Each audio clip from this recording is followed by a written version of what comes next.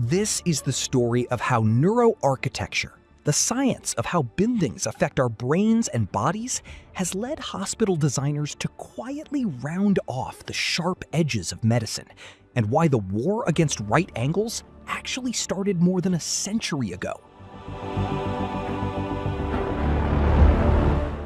This video is about why modern hospitals are removing right angles, how that connects to infection control, patient psychology, and a surprising 19th century obsession with dust.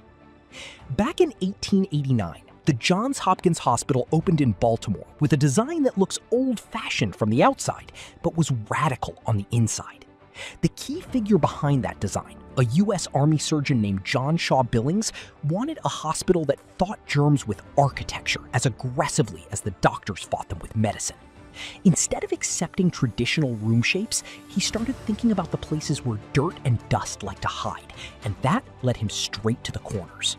At the opening of the hospital, Billings said, "Corners are to a great extent done away with, and easy curves given in their place. Even at the junction of the floor and walls, there is a curve instead of the usual right angle, and I advise you to look at it and see how it has been produced, for it ought to become fashionable and take the place of the old mopboard in all well-constructed homes." Modern infection control experts pay close attention to surfaces and all the places that are hard to clean, which means right-angled joints between floors and walls have become a problem area. A vertical wall meeting a horizontal floor at a hard 90-degree angle creates a tiny pocket where mop heads skip, dust settles, fluids collect, and disinfectant doesn't easily reach. That's where integral cove bases and cap and coving systems come in, which are now standard language in healthcare flooring. Instead of stopping the flooring material at the wall, these systems curve the flooring up the wall to form a continuous surface, and the sharp corner disappears under a smooth, gently rounded cove. In 2017, a study published in the American Journal of Infection Control identified hospital room floors as an underappreciated source for the spread of pathogens. The Facility Guidelines Institute specifies that operating rooms must have a floor and wall base assembly that is monolithic, with an integral coved base that runs at least 6 inches up the wall. There is another layer to this story. Hospitals are not factories. They are places where people are scared, exhausted, or hopeful, and shapes change how those people feel. To understand why modern hospitals have become so interested in curves, soft transitions, and organic forms, we need to look beyond infection control and into the way the human brain interprets space itself. Most of us think of architecture as something passive. Walls are walls. Hallways are hallways. A ceiling is simply a ceiling. But neuroscience suggests something very different. The spaces we occupy are constantly being processed by the brain, often without our conscious awareness. Every room sends signals. The shape of a corridor, the height of a ceiling, the amount of natural light, the materials used on the walls. Even the geometry of corners and edges can influence how comfortable or stressed we feel. This is one of the central ideas behind neuroarchitecture. The field explores how built environments affect cognition, emotion, behavior, and even physiological responses, such as heart rate and stress levels. And hospitals provide one of the most important testing grounds for these ideas, because few places involve higher levels of anxiety. Think about the average hospital visitor. A patient may be worried about test results. A family member may be waiting for news from surgery. A nurse may be managing multiple emergencies at once. Even before anyone enters a room, their stress levels are often elevated. In that situation, every environmental detail matters. As a result, some researchers believe our brains may process curved forms as more familiar and less threatening than rigid geometric structures. Imagine walking into 2 different waiting rooms. The first is filled with harsh lighting, long rectangular corridors, hard edges, and stark surfaces. The second contains softer lighting, curved furniture, rounded transitions, natural materials, and gentle shapes. Both rooms serve exactly the same function. Yet most people instinctively describe the second space as calmer, warmer, and more welcoming. That reaction isn't simply personal preference.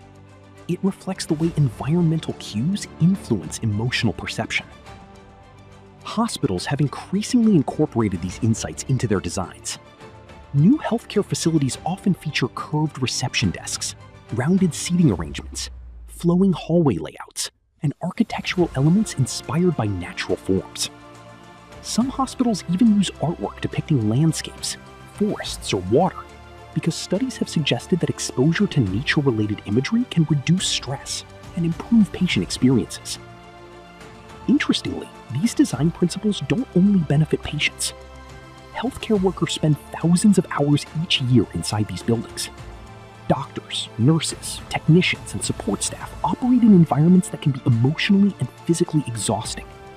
Reducing environmental stress can improve concentration, comfort, and overall workplace satisfaction. In other words, architecture becomes part of the healthcare system itself. The building is no longer just a container where medicine happens, it becomes an active participant in the patient experience. A well-designed hospital can support recovery, reduce anxiety, improve navigation, and create a stronger sense of safety.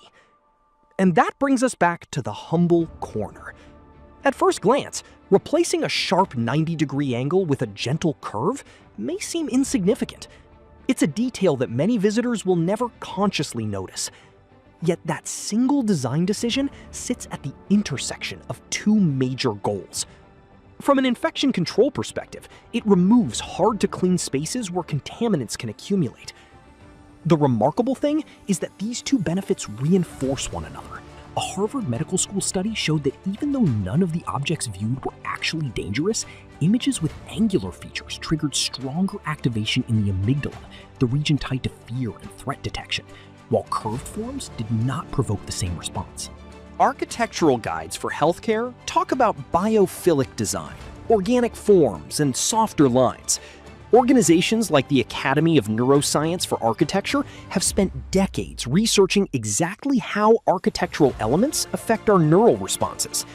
Behavioral health design adds even more weight, because architects working on psychiatric units pay close attention to how geometry affects safety and comfort.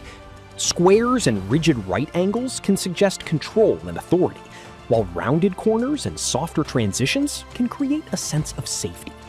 So when you hear the phrase, "modern hospitals are removing right angles," it captures a real shift in a focused way. Hospitals are not becoming round spheres, yet the critical interfaces where floors meet walls are being redesigned to reduce dirt traps and soften the environment. The underlying idea dates back at least to 1889, when John Shaw Billings told people to inspect the curve where the floor met the wall at the new Johns Hopkins Hospital, and ask them to imagine that detail spreading into ordinary homes. More than a century later, his wish has come true. The quiet war on right angles continues, one coved base at a time.